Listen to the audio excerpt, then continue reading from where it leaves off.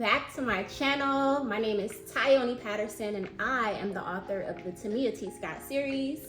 My children's books teach children vocabulary and sentences ages birth to 7. So before we get started, I'm gonna ask you to do one thing. If you could please subscribe, I would really appreciate it. All right, let's get into it. So today we will be talking about how you can build your child's or your student's expressive language skills with a storybook. Basically, expressive language, it's your ability to make requests, make comments, ask questions, and that could be verbal or nonverbal. So let me break that down for you. Break it down, break it down. Okay, so basically, verbal communication is an example of maybe like a baby crying, right? A baby babbling, ba ba ba, ma ma ma, da da da. A baby putting different sound combinations together known as jargon, right? Also, even sentences, I want more, are you finished? Can I have some? And even having conversation where there's a back and forth exchange of information between two or more speakers, or it can be yourself, I guess, if you talk to yourself, sure. Okay, so nonverbal communication, an example of that would be something that is written, right? Also using gestures, so pointing, pulling. Nonverbal communication, an example could be facial expressions. So when we're sad, we frown. When we're happy, we smile.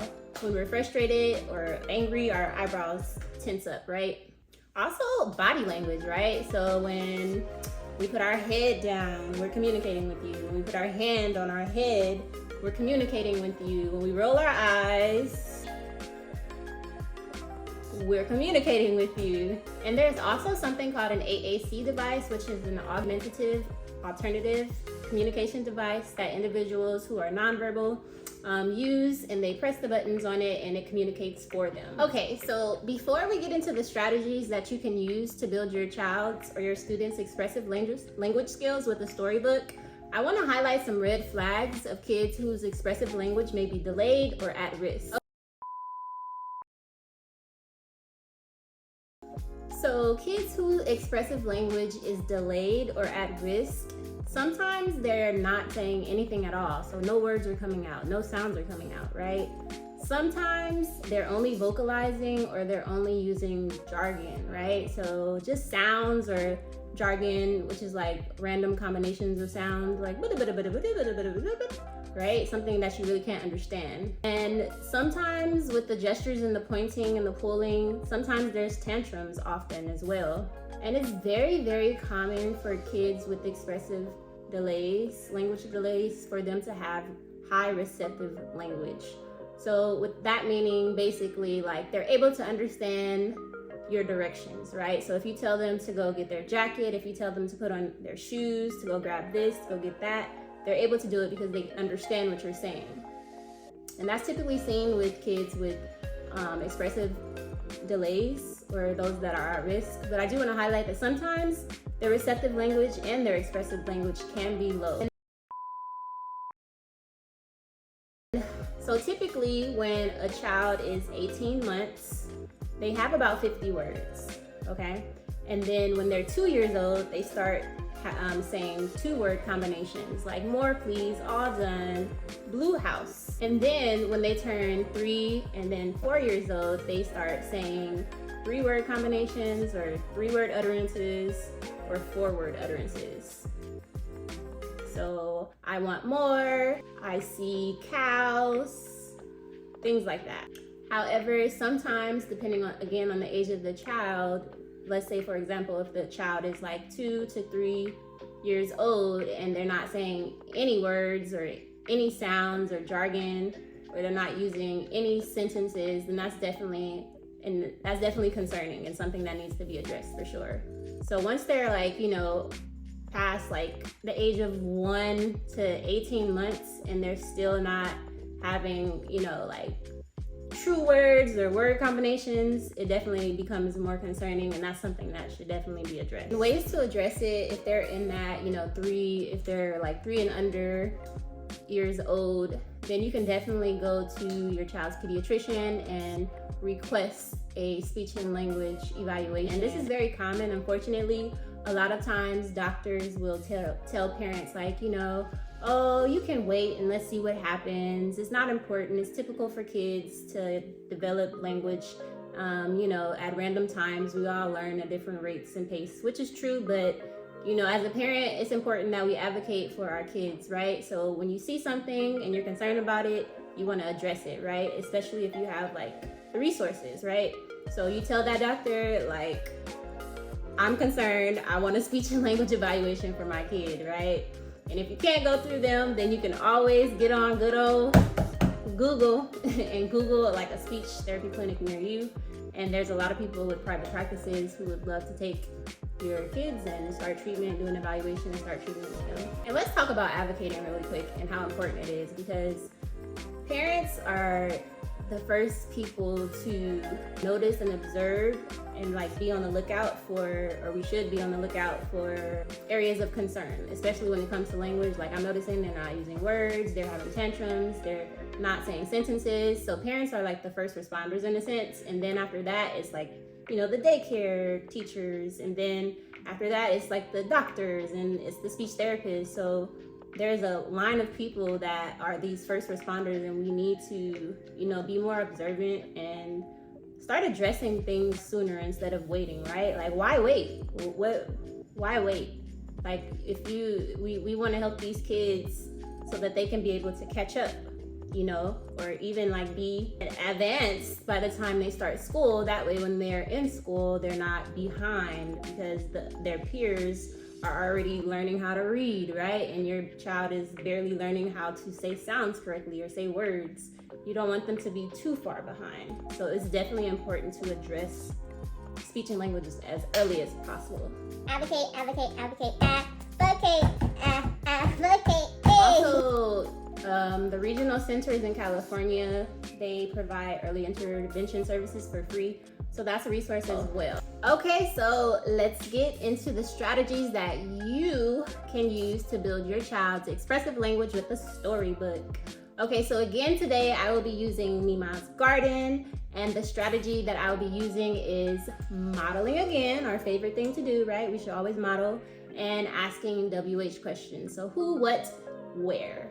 And of course, there's more WH questions on who, what, and where. There's who, what, when, where, why, how, right? Okay. So I do want to highlight that I have an activity book and coloring book, and I'm going to show you what you can use while you read the story that can help, that can be like an additional learning tool to build their expressive language, right? Okay, so this is basically a categorizing worksheet where while we're reading, the same fruits and vegetables that are in the storybook are on the page, and they can color them and cut them out and paste them into the category as we're reading. So each page, color, cut out, paste, and we're saying sentences in between all of that. Okay, so let's get into it. So I would start off with modeling. So I'll say, these are yellow lemons. What are these? And sometimes kids will use one-word responses. So they might say lemon. So to expand that one word into a sentence, I'll have them repeat. These are lemons. And I'll have them say the sentence, right? So another WH question could be, who has lemons? And then as I'm reading the story, they're familiar with the character, so I'll give them options, right? Well, I'll say like, does Mima have lemons? Or Tamia have lemons? And hopefully they'll say Tamia. And then I'll turn it into a sentence and have them repeat after me. Tamia has lemons. Right, great job. Tamia does have lemons, you're right. Another WH question could be, where are the lemons, right? And if they're not sure, again, I'll give them options. I'll ask, you know, are the lemons in the grass? Are the lemons on her head? Or are they in the bag? Sometimes they'll say in the bag. That's a phrase, right? We want to use complete sentences, so I have them repeat. The lemons are in the bag. And sometimes I have to break down each word, the, lemons, RR, like depending on, the level of the child. So sometimes I'll, do single words or a few words, whatever I have to do to get a complete sentence is what I do. All right, so that's just an example of WH questions, right? So after we read the page, then I'll have them point to the lemon, and then they'll point to the lemon, and I'll say, what is this? And then we'll use a sentence. This is a lemon. And then I'll have them make a request of what color they want. I want yellow, please. And then they'll repeat it, they'll color it, cut it out, and then put it in the correct category, and then we'll say a sentence. The lemon is a fruit. You're right, the lemon is a fruit. It's a yellow fruit. So that's basically like an example of how I expand expressive language skills with a storybook. Okay, so another resource that you can use while reading the storybook, this is a color, count, and cut resource. So basically as you're reading the story, similar to the other one, you color the object, and then once you color all of the objects and you finish the story, then they can cut the objects out, and then they have to paste the pictures in the order of the storybook, right? So it's basically like a great tool for building a child's ability to retell a story. So first, Mima shared a tomato. Then Tamia shared grapes. Then Mima shared carrots, right? So that's a great way to build expressive language skills as well. Right, so this is also another worksheet that's great for building their expressive language. Let's say if you want to go back to reading the story a different time, a different day, a different month, you'll have a different resource to use and use the same sentences, requesting colors, and putting it into the correct category. So for this one, they're putting the fruit in the category of the person that shared the food item. So for example, the apples would go in Tamia's box. The carrots would go into Mima's box, right? So the sentence that we could use is Mima shared carrots. Tamia shared the apples, right? So we're using like different sentences or sentence frames just to practice that expressive language, right? So this is an additional tool that you can use to build expressive language with the storybook. So it's really repetitive, just being consistent, a lot of repetitive information, kids, and have them repeat what we're saying, but also to have like additional resources that they can feel, touch, and like manipulate, cut out, glue, and it just makes it more interactive for them, and like I feel it makes it kind of stick into their memory a little bit more. Do not be discouraged if your child does not repeat every single word that you say. It's okay. It's okay. Just you as a parent or a teacher, be consistent with modeling, and hopefully they will pick up that, oh, I'm supposed to be repeating after her. And it'll get better over time. I do want to highlight too that sometimes asking WH questions is not always appropriate depending on the level of the child's language. So again, if your child's receptive language is low, asking WH questions may not always be appropriate, right? Because we want to build up that receptive language first and then start trying to increase that expressive language. And as speech therapists in general, we don't recommend like parents and teachers asking 1,000 WH questions. What is this? Where is that? Who is that? When is that? Where is that? Who, what, when, where, why, right? Because your kids are gonna run away because they don't know.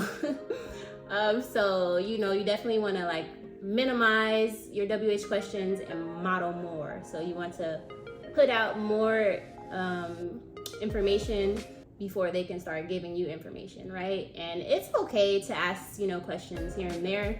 And it's especially like when you're reading the storybook, it's okay. But as long as you're modeling, it's important that we model.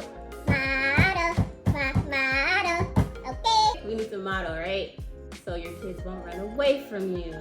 Yeah. All right, so I hope that those strategies, tools, and resources are beneficial for you and your students or your kids. And again, if you're interested in purchasing any of my products, my children's book or my activity and coloring book, they are available on www.tamiatscott.series.com. Yes, thank you so much for listening. If you have any questions or comments, please share in the comment box. I would love to interact with you.